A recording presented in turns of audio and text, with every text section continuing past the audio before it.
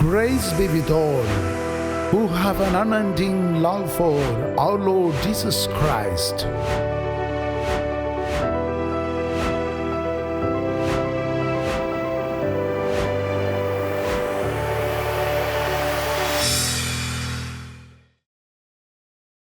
सबको जय यीशु। बैठ जाएंगे। प्रभु हमें अपनी ज्ञान से स्वतंत्र करता है। Hallelujah, hallelujah.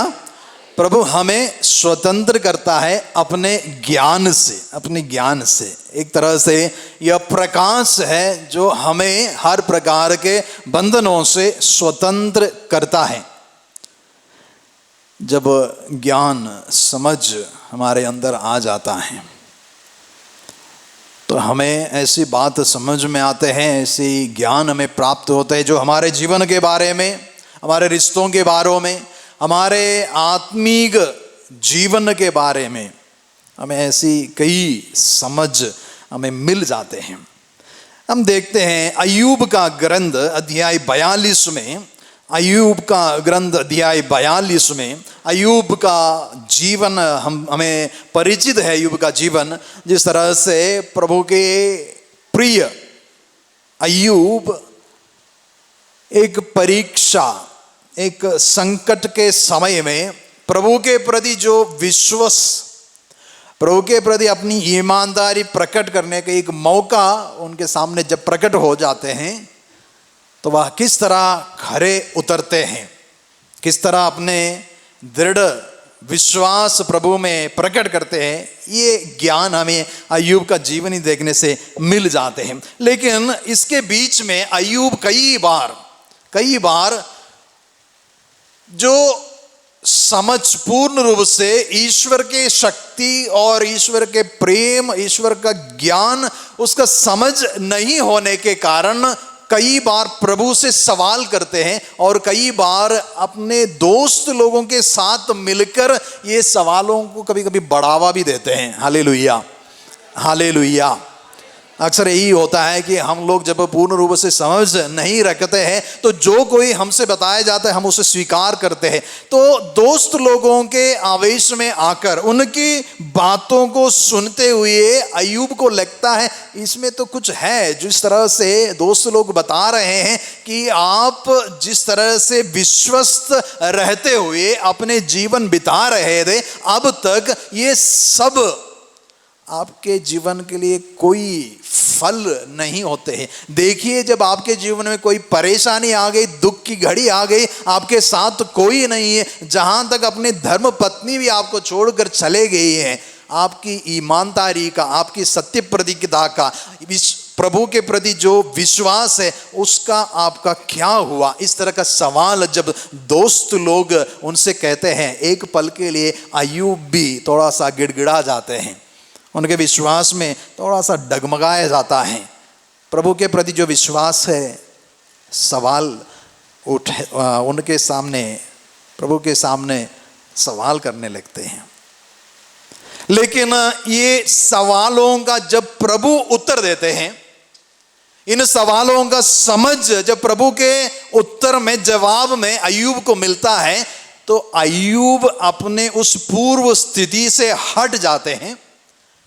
प्रभु का ज्ञान प्राप्त करने के बाद वह ईश्वर के सच्चे ज्ञान में आ जाता है और इसके चलते अय्यूब उस अध्याय में कहते हैं, जो अय्यूब का ग्रंथ का लास्ट चैप्टर है, पेज नंबर 818, 818, चैप्टर 42, पद संख्या 1 से लेकर। अय्यूब ने प्रभु को यह उत्तर दिया। अय्यूब ने प्रभु को यह उत्तर दिया। उससे पहले प्रभु कई सवाल अय्यूब से करते हैं। इसके लिए अय्यूब जब उत्तर देते हैं उसमें हम देखते हैं कि अय्यूब अब अपनी दोस्तों के जवाबों के बल पर नहीं, अपने से बनाए हुए जवाबों पर नहीं, बल्कि जो प्रकट किया गया ज्ञान है उसके आधार पर अय्यूब उत्तर देते हैं। हम पढ़ते हैं वचन संख्या 2 से, मैं जानता हूं, मिलकर पढ़ेंगे, मैं जानता हूं कि तू सर्वशक्तिमान है और पूरी कर सकता है। ये पहला स्टेज है अय्यूब के लिए। ईश्वर का ज्ञान प्राप्त करने के बाद पहला स्टेज है जब वह ईश्वर की सर्व शक्ति को स्वीकार करते हैं। ईश्वर की जो शक्ति सब कुछ को बनाए रखने की, योजनाएं अपने समय पर पूरा करने की जो शक्ति है, उसे स्वीकार करने के लिए अय्यूब सबसे पहले तैयार हो जाते हैं। Hallelujah, hallelujah, hallelujah. अपने दाहिने हाथ को ऊपर उठाते हुए इस वचन को हम स्वीकार करेंगे। प्रभु के शक्ति के सामने हम अपने आप को समर्पित करेंगे। मेरे पीछे बोलिए, मैं जानता हूं कि तू सर्वशक्तिमान है और अपनी सब योजनाएं पूरी करता है। हाथों को नीचा करेंगे। एक विश्वासी के लिए सबसे पहले अपने जीवन में, अपने अंदर से ये अवबोध जो जिस तरह से अय्यूब के मुंह से निकलता है कि मैं अब सर्वशक्तिमान ईश्वर की शक्ति को पहचानता हूं और इसीलिए उनकी योजना को स्वीकार करता हूं। चाहे मेरे दोस्त या फिर मुझे भटकाने वाले कोई भी मेरे जीवन के बारे में गलत धारणाएं, भ्रामक धारणाएं मेरे अंदर भले डाल दे, लेकिन जब वह अपने आप में ईश्वर का ज्ञान प्राप्त हो जाते हैं, ईश्वर की सर्वशक्तिमान के बारे में, उसकी शक्ति के बारे में समझ जाते हैं, तो उनके प्रति जो योजना है उसको स्वीकार करने के लिए आत्मसमर्पण करने की कृपा उनको मिल जाते हैं। इसलिए अय्यूब आगे कहते हैं, मैंने ऐसी बातों की चर्चा चलाई जिन्हें मैं नहीं समझता।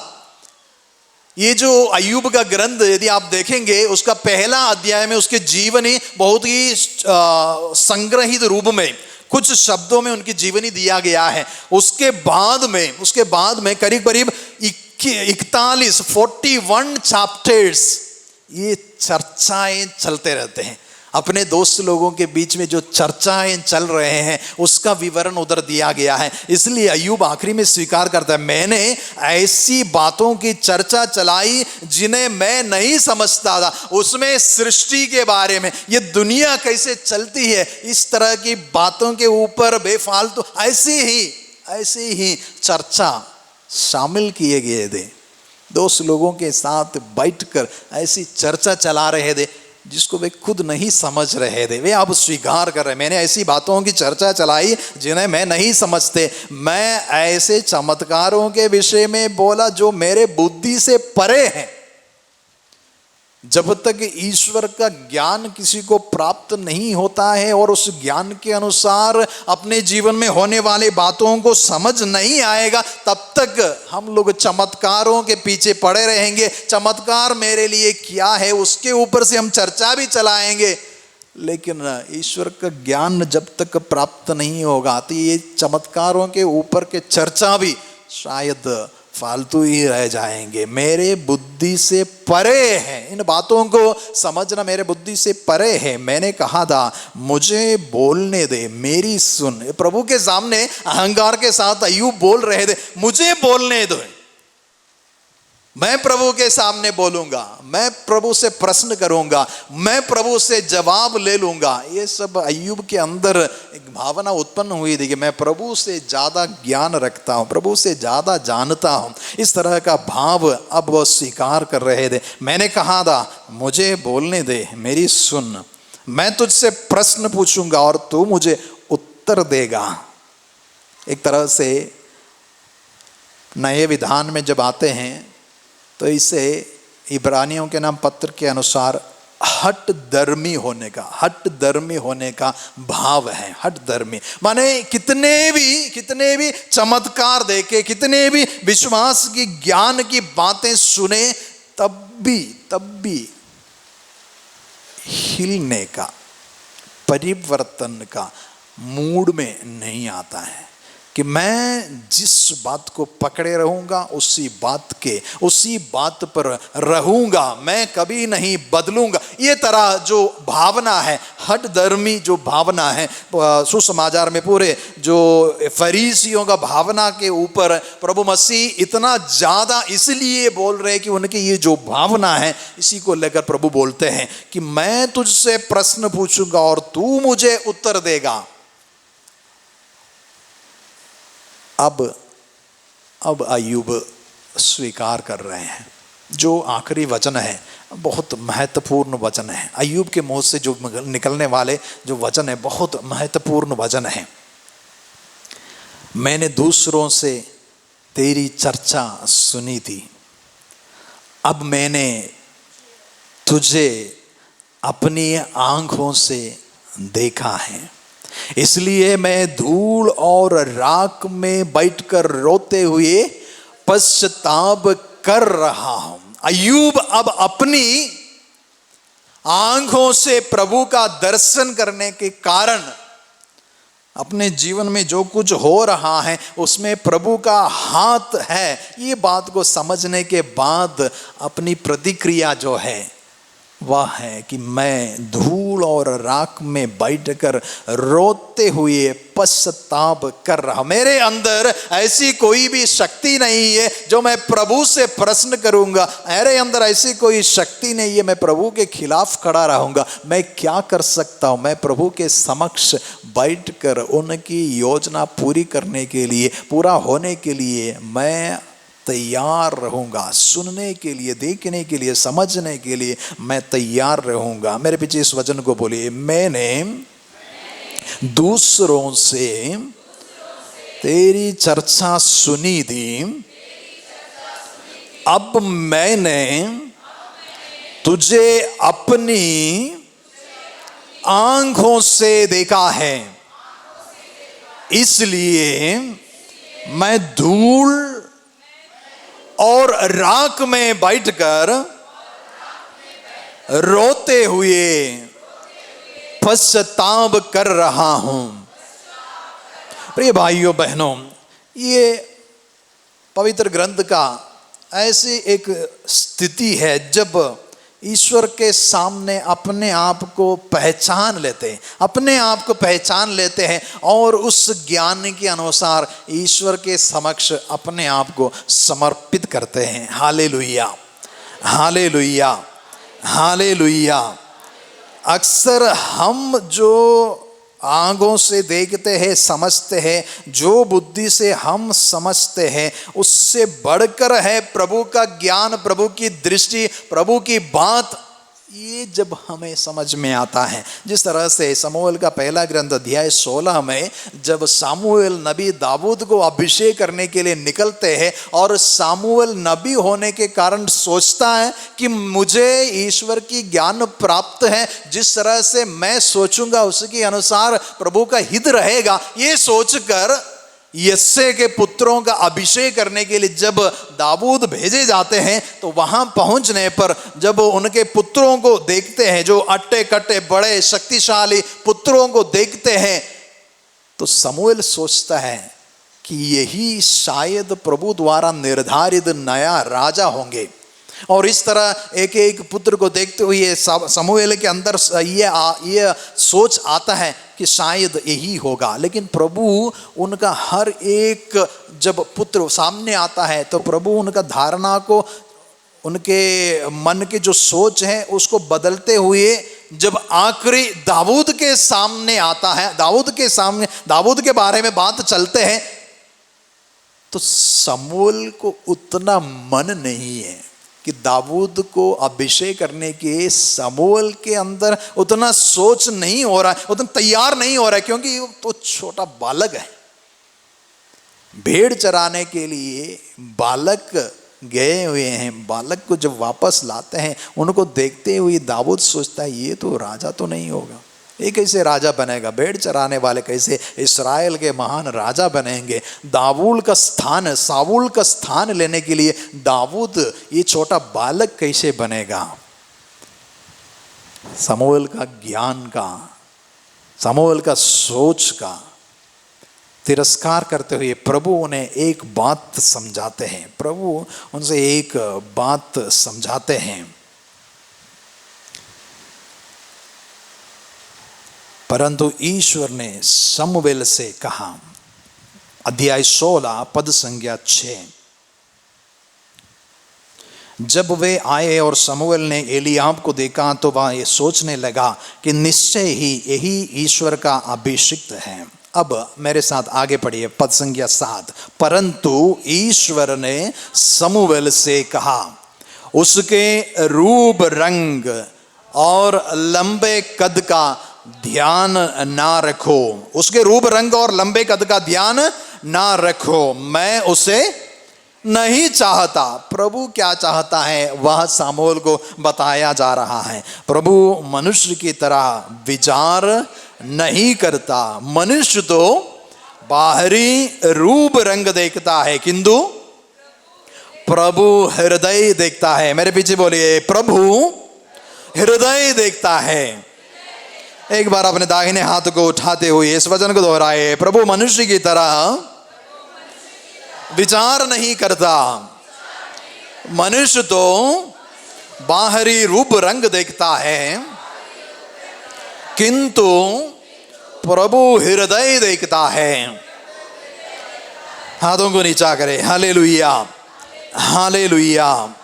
आज कलीसिया बड़े दो संतों का पर्व मना रहे हैं, जो कलीसिया के नींव के रूप में हम समझते हैं, और उनके जीवनी जो है संत पेत्रुस और संत पौलुस का जो महान प्रेरित के रूप में आज कलीसिया में विद्यमान है, उनका पर्व मना रहे हैं। इनके पर्व दिवस के साथ हम इस बात को समझने की कोशिश करेंगे कि किस तरह से प्रभु देखता है, किस तरह से प्रभु देखता है, किस तरह से प्रभु समझता है। ये उसके अनुसार हमारे जीवन को भी देखने के लिए, समझने के लिए हम कोशिश करेंगे। संत पेत्रुस के बारे में बहुत ही दिलचस्प बातें हैं जो सुसमाचार में लिखा गया है। विशेष रूप से लूकस के सुसमाचार अध्याय 5 में जब प्रभु पेत्रुस को बुलाते हैं, उनके अन्य शिष्यों के साथ पेत्रुस को बुलाते हैं, वो घटना किस तरह से प्रभु देखता है। और सुसमाचार में हम अन्य व्यक्तियों को भी देख सकते हैं जिस तरह से प्रभु देखता है।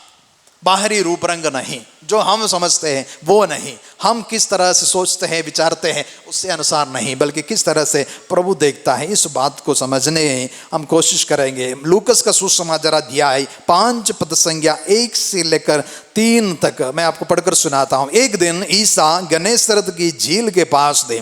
लोग ईश्वर का वचन सुनने के लिए उन पर गिरे पड़ते थे। उस समय उन्होंने झील के किनारे लगी 2 नाव को देखा। मछुए उन पर से उतरकर जाल धो रहे थे। ईसा ने सीमोन की नाव पर सवार होकर उसे किनारे से कुछ दूर ले चलने के लिए कहा। इसके बाद वे नाव पर बैठे हुए जनता को शिक्षा देते रहे। लूकस का सुसमाचार अध्याय 5 पद संज्ञा 1 से 3 तक। ये सुसमाचार भाग जो लूकस का सुसमाचार अध्याय 5 पद संज्ञा 1 से लेकर 11 तक है, यदि उसको ठीक से समझा जाए तो 3 भागों में उसके हम विभाजित कर सकते हैं। इसका पहला भाग ये है 1 से लेकर 3 तक, किस तरह से हम किसी व्यक्ति के ऊपर नजर रखते हैं, उसको समझने के लिए कोशिश करते हैं। किस तरह प्रभु एक व्यक्ति को समझते हैं, प्रभु किस तरह अपनी योजना उस व्यक्ति के लिए तैयार किए हैं, उसके बारे में समझने के लिए ये वचन हमें मदद करेगा। आपको क्या लगता है यहाँ 1 से लेकर 3 तक जो वचन है उसमें क्या हो रहा है? उसमें क्या हो रहा है? पेत्रुस यहाँ क्या कर रहा है?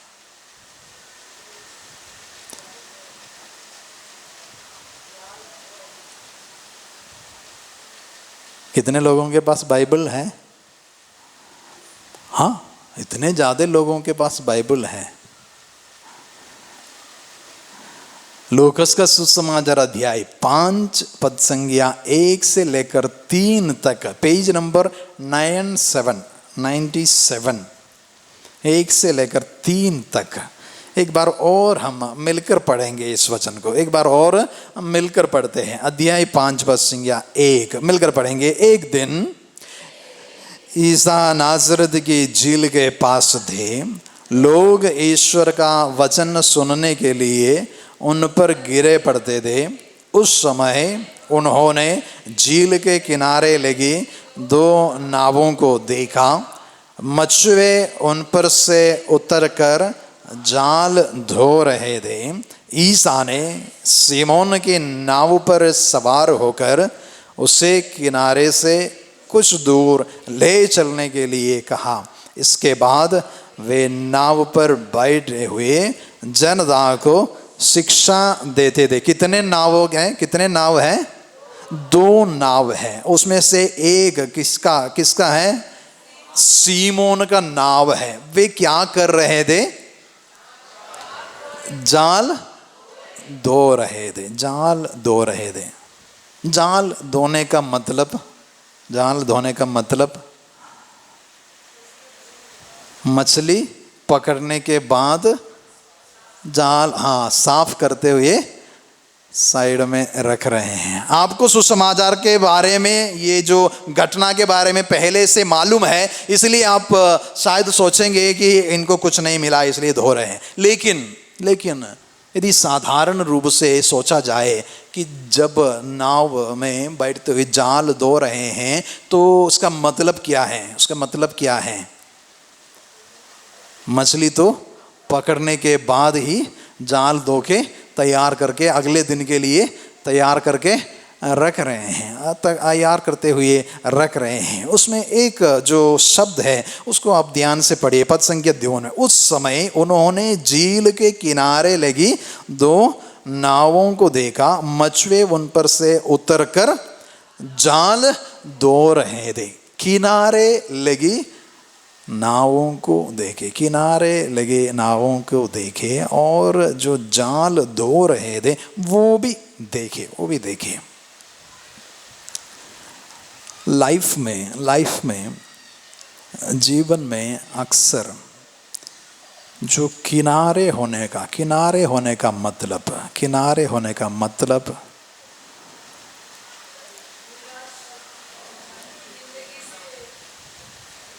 जोर से बोलिए। हाँ, आप सही कह रहे हैं।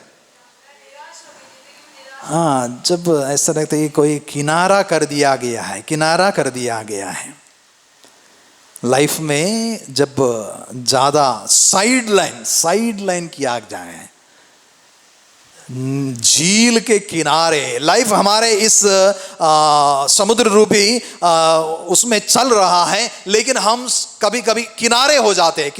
कई कारण से हम किनारे हो जाते हैं। हम कभी हमारे ही कर्मों के द्वारा हम लोग किनारे किए जाते हैं, या फिर ना जाने हमारे शक्ति के परे ऐसे कई बात होते हैं जिसके चलते हम लोग किनारे हो जाते हैं। हम लाइफ में ठीक से नाव तभी चलेगा जब झील के बीच में जो लाइफ के बीच में से चलेंगे तभी ना नाव रहेंगे। किनारे रहने से नाव का जो मतलब पूर्ण नहीं होता है। उसको झील में चलने के लिए लिया गया है, लेकिन किनारे किया जा रहा है। और एक तरह से हम देखते हैं कि वह जाल धो रहे हैं। ये जाल धोने का मतलब हमें तब समझ में आता है जब पेतरुस अपने जीवन में घटित होने वाले बात को प्रभु के सामने रखते हैं। शायद एक व्यक्ति सोच रहे होंगे कि उन्होंने इतना सारे काम कर दिए हैं, इतना सारा कमा लिए हैं, मछली पकड़ लिए हैं, उसके बाद सब कुछ तैयार कर रहे हैं। लेकिन पेतरुस जिस तरह से इस बात को प्रभु के सामने रखता है, तब हमें समझ में आता है उनके जीवन में कुछ नहीं मिला है। लाइफ बिल्कुल झील के किनारे है, कुछ नहीं पाया है। और उसके साथ साथ पेतरुस कहते हैं रात भर मेहनत करने पर भी कुछ नहीं मिला है। आपको क्या लगता है, प्रभु ये बात को समझ रहे थे? प्रभु ये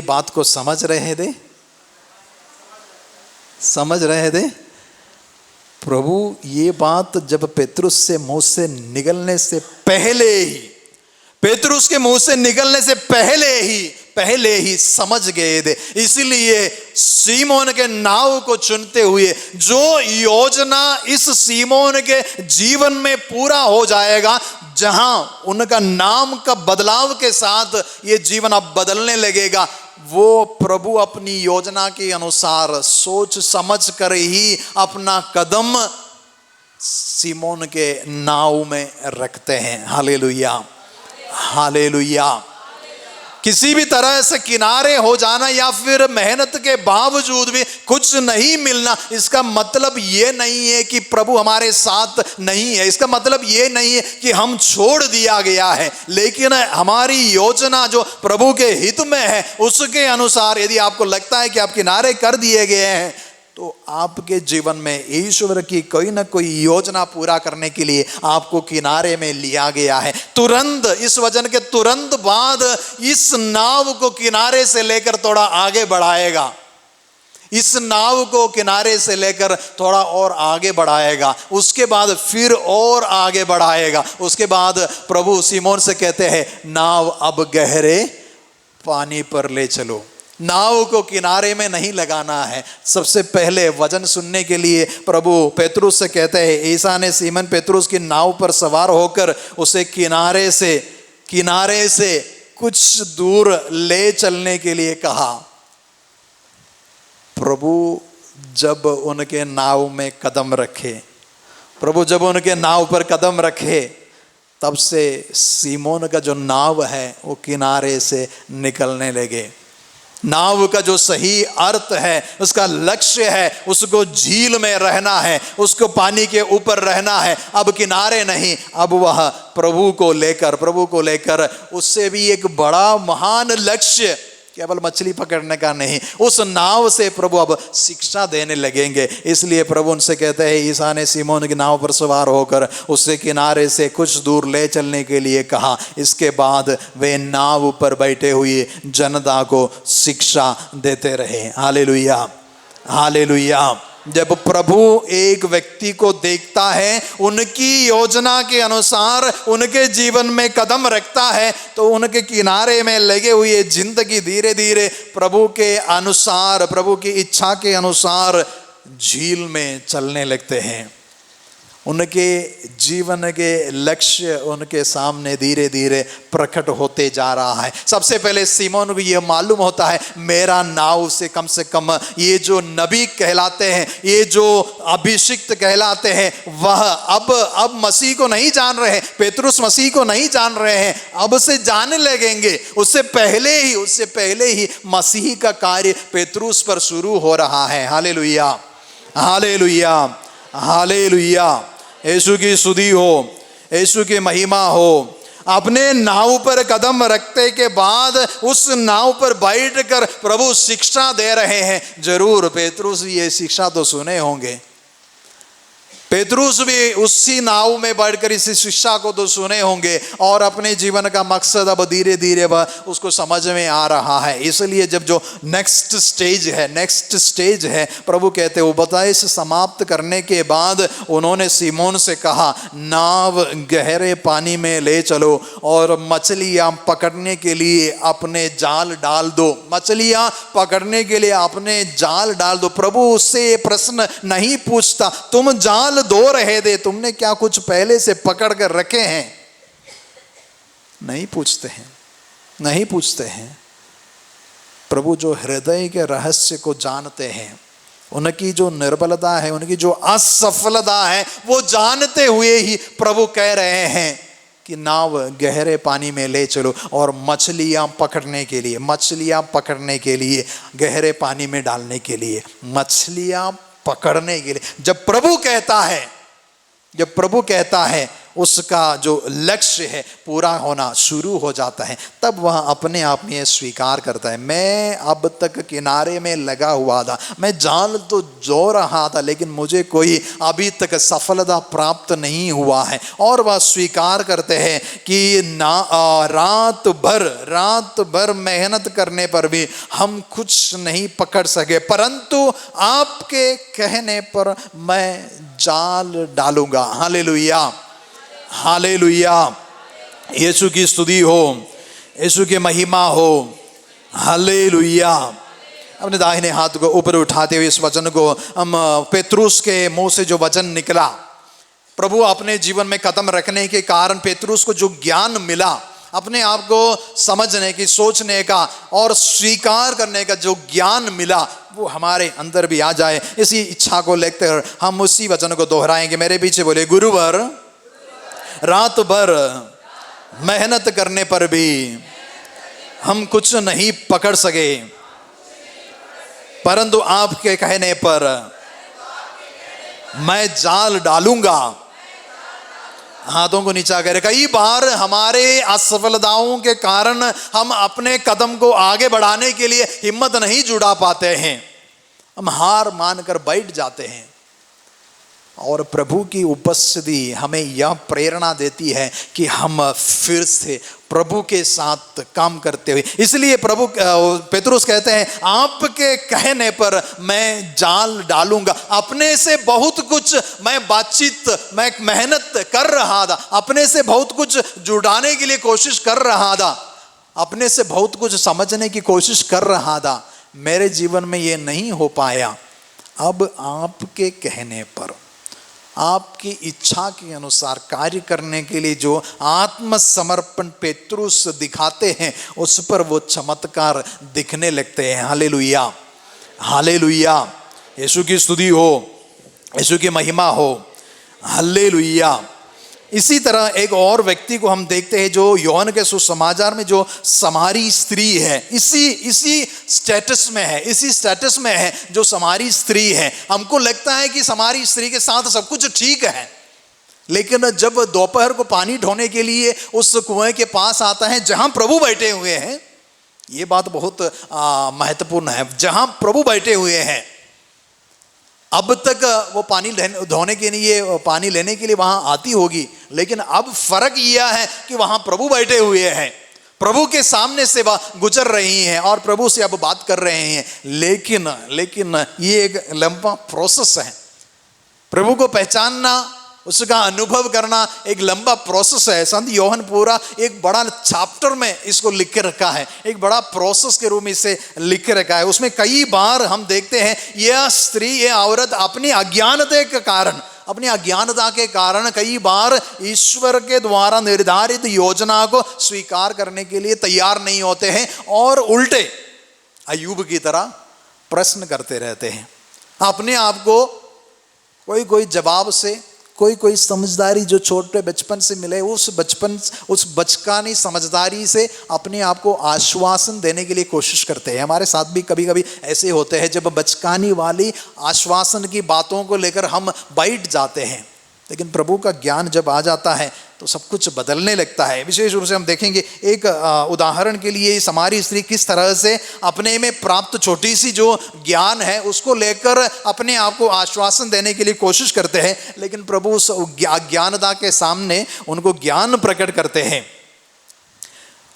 यूहन्ना का सुसमाचार अध्याय 4 पद संज्ञा 9, यूहन्ना का सुसमाचार अध्याय 4 पद संज्ञा 9, जो बातचीत शुरू हो जाता है उसके बाद वह स्त्री कहते हैं, इसलिए समारी स्त्री ने उनसे कहा, यह क्या कि आप यहूदी होकर भी मुझ समारी स्त्री से पीने के लिए पानी मांगते हैं। उनके अंदर ज्ञान है, उनके अंदर जो बचपन से सीखते आए हुए जो गलत धारणा है कि समारियों और यहूदियों के बीच में कोई समझौता, किसी भी तरह की लेन देन नहीं होता है, ये उनके बचपनी वाली बात है, उनकी धारणा है। वो जब प्रभु उनसे पानी पूछते हैं तो ये धारणा को लेकर वे उसको आश्वासन के रूप में या प्रभु से जो रिश्ता बढ़ने की बात आते हैं उसे रोकने के लिए कोशिश करते हैं, उनकी अज्ञानता वह इस तरह प्रकट करते हैं और प्रभु उनसे इस अज्ञानता का उत्तर देते हुए कहते हैं, ईसा ने उत्तर दिया, यदि तुम ईश्वर का वरदान पहचानती और यह जानती कि वह कौन है जो तुमसे कहता है मुझे पानी पिला दो, तो तुम उससे मांगती और वह तुम्हें संजीवन जल देगा। जब हमारी स्त्री तैयार नहीं हो रहे हैं प्रभु की उपस्थिति को पहचानने के लिए, स्वीकार करने के लिए, जो आत्मसमर्पण की बात है वहां तक बढ़ने के लिए अपने में जो बैठे हुए धारणाएं उनको छोड़ नहीं रहे हैं। ऐसी धारणाओं के चलते अक्सर हमारे जीवन में भी जो जीवन के अग्रसर होने का जब पल आता है तो हम अक्सर हार मानकर बैठ जाते हैं। ज्ञान हासिल करने का, समझदारी हासिल करने का, और शायद ज्ञान प्राप्त करने के बाद, समझदारी आने के बाद एक कदम आगे बढ़ाने के लिए हम तैयार नहीं होते हैं। हम अक्सर अपने में संतुष्ट है, जो छोटी सी ज्ञान है उससे हम संतुष्ट रह जाते हैं। बदलने का जो मूड हम स्वीकार करने के लिए हार जाते हैं। इसलिए प्रभु उनसे इस तरह उत्तर देते हैं, यदि तुम जानते कि ये तुमसे कौन बात कर रहा है और तुम्हें वह संजीवन जल दे सकता है, अपने जीवन में बैठे हुए जो बचपन से बिठाए हुए जो धारणा है उसको बदलने की जरूरत है, उसके बदलने की जरूरत है। अब तुम्हारे सामने मुक्तिदाता, ये जब बाद में हमारी स्त्री स्वीकार करते हैं कि इस संसार के मुक्तिदाता का ये जो शब्द उनके मुंह से निकलते हैं, जब बाद में प्रभु से प्रश्न करते हैं, प्रभु उनसे कहते हैं कि तुम्हारे मुक्तिदाता तुम्हारे सामने खड़े हैं, लेकिन तुम्हारे अंदर में जो छोटा सा ज्ञान रखे हुए हैं, छोटा सा धारणाएं हैं, गलत धारणाएं हो या फिर आपके जीवन बदलने से जो डर है उससे बाहर निकलने के लिए प्रभु उनको आमंत्रित करते हैं। प्रभु उनको आमंत्रित करते हुए उन्हें जिस तरह से प्रभु की योजना है उसको स्वीकार करने के लिए बुला रहा है। इस तड़पती धूप में कुआं के सामने यदि वह पानी के लिए इंतजार करते हुए प्रभु बैठे हुए हैं तो यह एक योजना के अनुसार बैठे हुए हैं, और वह यह हमारी स्त्री को प्रभु को पहचानने की योजना है, अपने जीवन को बदलने की योजना है। इसके आगे हम देखेंगे किस तरह से वह अपने जीवन को धीरे धीरे प्रकट करते हुए प्रभु मसीह द्वारा दिए गए संजीवन जल का चख कर उसका अनुभव करते हुए अपने आप को स्वीकार करते हैं। प्रभु का ज्ञान धीरे धीरे वह प्राप्त करती है और उससे और उन मसीह को सबके सामने, शहर जाकर सबके सामने घोषणा करने की, उनके प्रति गवाह देने के लिए जो योजना दी उसे स्वीकार करने के लिए वे तैयार हो जाती है। पेतरुस के लिए जो योजना दी उसके अनुसार जब वो कार्य करने लगे, प्रभु उन्हें आगे बढ़ाते रहे तो उनके प्रति जो योजना है वो पूरा होने के लिए वह अपने आप को आत्मसमर्पण किया। हमारी स्त्री के लिए जो योजना है, जो योजना बनाए हुए हैं उसके अनुसार जब वो धीरे धीरे समझने लगे, प्रभु के ज्ञान में आगे बढ़े, प्रभु का अनुभव किया, तब उनके प्रति जो योजना है, जहां तक शिष्य लोग प्रेरित बनने से पहले ही हमारी स्त्री प्रेरित बन गए हैं। Hallelujah, hallelujah, hallelujah. यीशु की स्तुति हो, यीशु की महिमा हो। Hallelujah, hallelujah.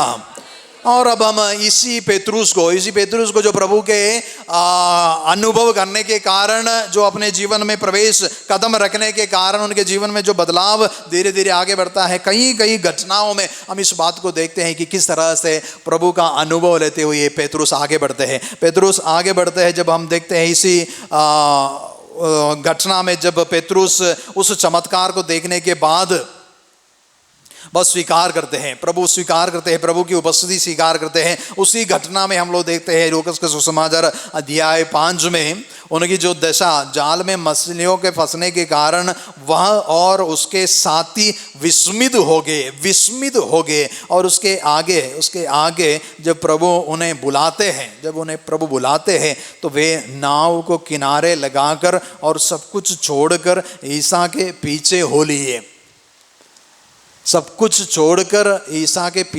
लिए। ऐसे एक कदम उठाने के लिए प्रभु उन्हें तैयार कर रहा था। प्रभु का कृपा उनके अंदर इस तरह कार्य कर रहा था, तब वह तैयार हो गया था। प्रभु की शिक्षा को स्वीकार करते हुए प्रभु का चमत्कारों का सही अर्थ ये किस लिए हो रहा है। ये मछलियों का चमत्कार मेरे जीवन के अब खुशी से रहने के लिए नहीं है, बल्कि ये मेरे ऊपर एक जिम्मेदारी डाले जा रहे हैं। ये बात पेतरुस को समझ में आ रहा है। चमत्कार तो कई हम देखते हैं, लेकिन चमत्कार के पीछे छिपे हुए जो ज्ञान है वो जब तक नहीं आता है तब तक हम उस चमत्कारों से वाह वाह कहते हुए बैठे रहेंगे, या फिर उससे मिलने वाले जो छोटी सी लाभ है उसके पीछे हम पड़े रहेंगे। हम कभी प्रभु का ज्ञान प्राप्त नहीं कर पाएंगे। बोले हल्लेलुया, हल्लेलुया। यीशु की स्तुति हो, यीशु की महिमा हो। ये जो ज्ञान पेतरुस को अब शुरुआत में मिल रहा है, इसके आगे चलते कई बार वह अपनी अज्ञानता को फिर प्रकट करते हैं। कई बार प्रकट करते हुए तब प्रभु और एक बार उनको समझाते हैं, फिर प्रकट करते हैं, फिर समझाते हैं, जब तक वो पूर्ण रूप से प्रभु के लिए समर्पित नहीं होते हैं, पूर्ण रूप से ईश्वर की योजना जो है उसके जीवन में पूर्ण रूप से उतर नहीं जाते हैं, तब तक ये प्रकट करते रहते हैं। Hallelujah, hallelujah. पेतरुस के जीवन से संबंधित कई परंपराएं हमारे कलीसिया में प्रचलित हैं। कई परंपराएं में उसमें से जो एक है प्रभु के क्रूस मरण के द्वार, उद्धारण के द्वार सब लोग, शिष्य लोग सुसमाचार सुनाने लगे। शिष्य लोग सब इधर उधर जो अत्याचार चलने के कारण सब जगह जगह चले गए और पेतरुस रोम की ओर, इटली के रोम की ओर चले गए और वहाँ सुसमाचार सुनाता रहा। और उस समय वहाँ भी जब अत्याचार चल रहा था, जिस नगर में पेतरुस सुसमाचार सुना रहे थे, तो अपने शिष्य लोग बोले कि अब यहाँ अत्याचार शुरू हो गया है, आप यहाँ से भाग जाइए, आपके जीवन की सुरक्षा के लिए आप यहाँ से भाग जाइए। तो पेतरुस भी जैसे मैंने कहा कि जो अज्ञानता है उसके चलते कभी कभी वह कार्य करते हैं अज्ञानता के कारण। तो पेतरुस भी सोचते हैं कि अब यहाँ रहना जीवन के लिए खतरा है, जीवन को सुरक्षित रखने के लिए भाग जाना ही अच्छा है। पेतरुस शहर के फाटक से निकलकर बाहर जा रहा है, शहर से भागकर बाहर जा रहा है। तो दूसरी तरफ से शहर के अंदर उनको यह एक तरफ से एक अनुभव हो रहा है, प्रभु फिर से क्रूस अपने कंधे पर रखते हुए शहर के अंदर जा रहे हैं। जहां से पेतरुस छोड़कर भाग रहा है, बाहर जा रहा है, वहीं प्रभु अपने कंधों के ऊपर क्रूस लेकर अंदर जा रहा है। पेतरुस प्रभु से प्रश्न करते हैं, खो वादिस दोमिनी, प्रभु आप कहां जा रहे हैं? प्रभु आप कहां जा रहे हैं? पेतरुस से प्रभु उत्तर देते हैं, तुम्हारे भाग जाने के कारण, तुम अपने जीवन की सुरक्षा को लेकर भाग जाने के कारण मैं फिर एक बार और क्रूस पर चढ़ाए जाने के लिए फिर वहीं शहर जा रहा हूं। तुम्हारे भाग जाने के कारण ख्रिस्तियों की सहायता, ख्रिस्तियों के लिए एक प्रोत्साहन बनने के लिए मैं स्वयं को अर्पित करने के लिए फिर जा रहा हूं।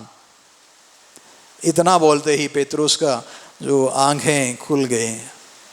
कहा जाता है कि पेतरुस प्रभु के कंधे से उस क्रूस को अपने ऊपर उठा लिए और फिर शहर के अंदर चले जाते हैं। और कहा जाता है कि पेतरुस का जो शहादत है वो क्रूस पर आरोपित करते हुए, क्रूस मरण के द्वारा वह प्रभु को महिमान्वित किए। Hallelujah, hallelujah. लेकिन जब ये क्रूस को वह स्वीकार कर लिया तो उनके अंदर इतना आत्मसमर्पण, इतना विनम्रता आ गए, इतनी ज्ञान आ गए हैं कि पेतरुस कहते हैं, मैं तो अपने गुरु के समान मरने के लिए योग्य नहीं हूँ, मैं अपने गुरु के समान मरने के लिए योग्य नहीं हूँ। जिस तरह से मेरे प्रभु अपने हाथों को फैलाते हुए क्रूस पर सीधे लटकाए गए थे, उस तरह मरने के लिए मैं योग्य नहीं हूँ। मुझे उल्टा क्रूस पर लटका दीजिए। पेतरुस का जो ज्ञान, उनकी जीवन की जो योजना इस समय पूरा हो रहा है।